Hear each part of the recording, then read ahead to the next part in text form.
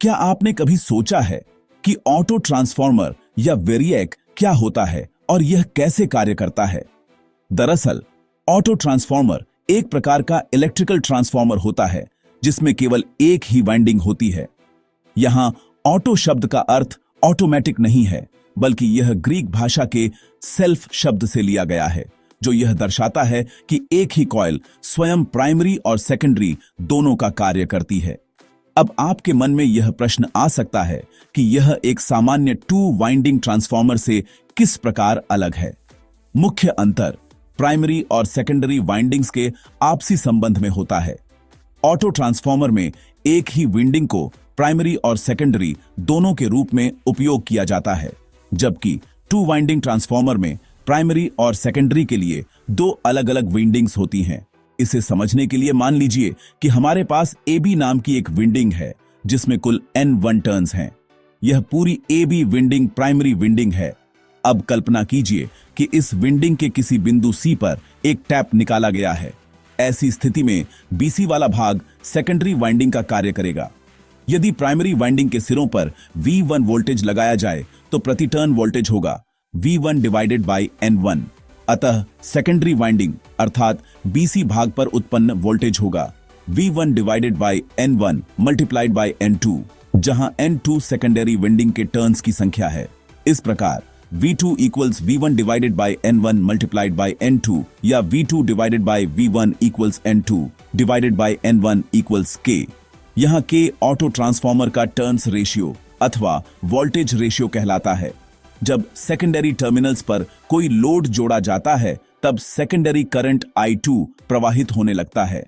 इस स्थिति में कॉमन वाइंडिंग में प्रवाहित करंट I2 और I1 के अंतर के बराबर होता है। अब बात करते हैं ऑटो ट्रांसफॉर्मर में होने वाली कॉपर सेविंग की। किसी भी वाइंडिंग में कॉपर का वेट उसके लेंथ और क्रॉस सेक्शनल एरिया पर निर्भर करता है। विंडिंग की लेंथ उसके टर्न्स की संख्या के समानुपाती होती है, जबकि क्रॉस सेक्शनल एरिया उस वाइंडिंग की रेटेड करंट के अनुसार बदलता है। अतः कॉपर का वेट सीधे सीधे समानुपाती होगा number of turns multiplied by rated current के। इसलिए AC भाग में कॉपर का wait N1 minus N2 multiplied by I1 के समानुपाती होगा।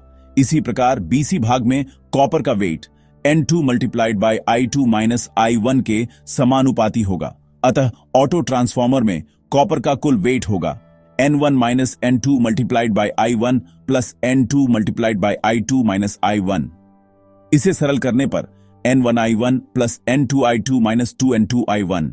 क्योंकि ट्रांसफॉर्मर में N1I1 इक्वल्स N2I2, अतः copper weight proportional to 2N1I1 minus 2N2I1 equals 2I1 multiplied by N1 minus N2।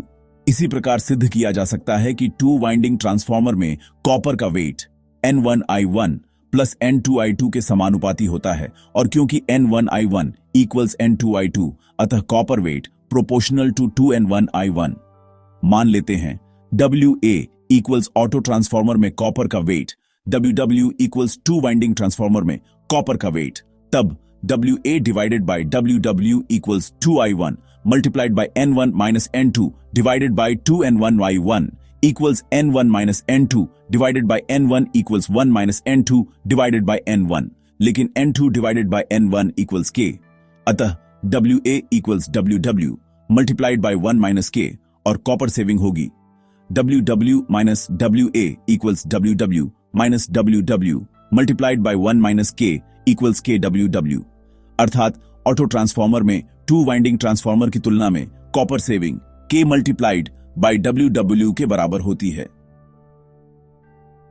अब जबकि हम कॉपर सेविंग को समझ चुके हैं, आइए ऑटो ट्रांसफॉर्मर के एडवांटेजेस और डिसएडवांटेजेस को विस्तार से समझते हैं। हर तकनीक की तरह इसके भी कुछ फायदे और कुछ सीमाएं होती हैं। सबसे पहले एडवांटेजेस की बात करते हैं।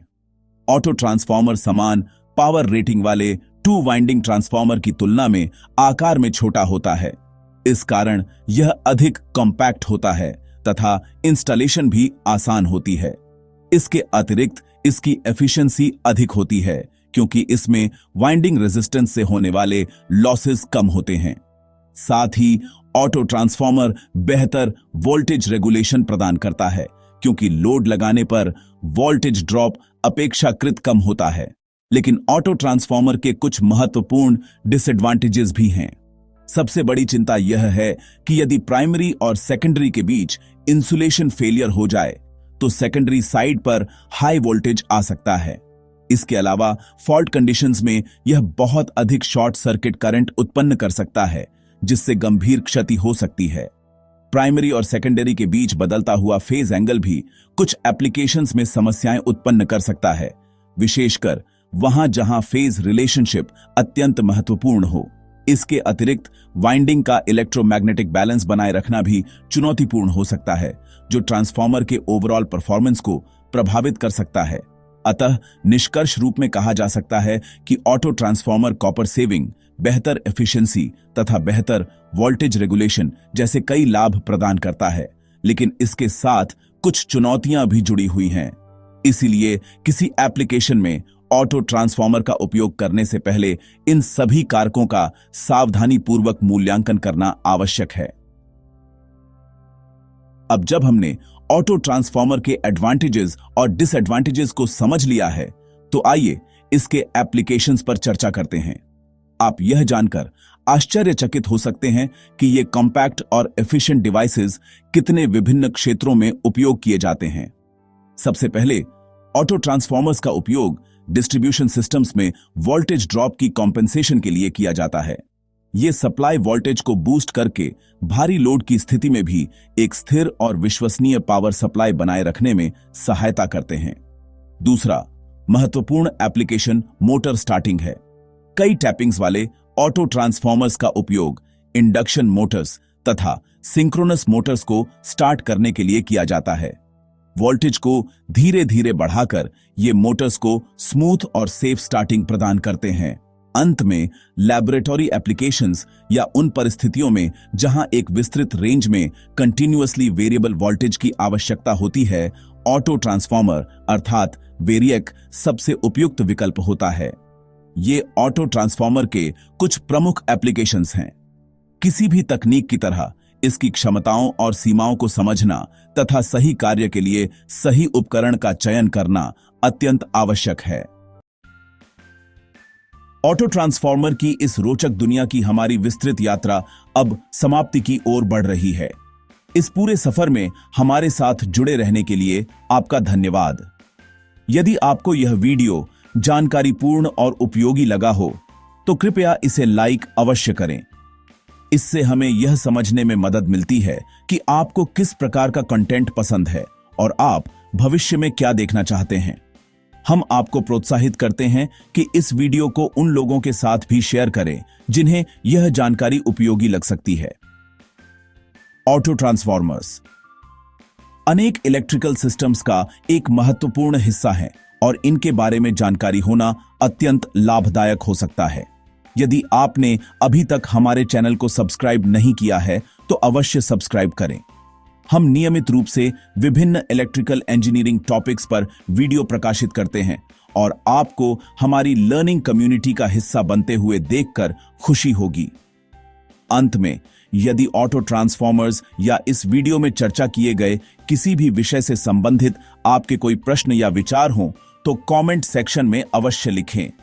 हमें आपके विचार जानकर खुशी होगी।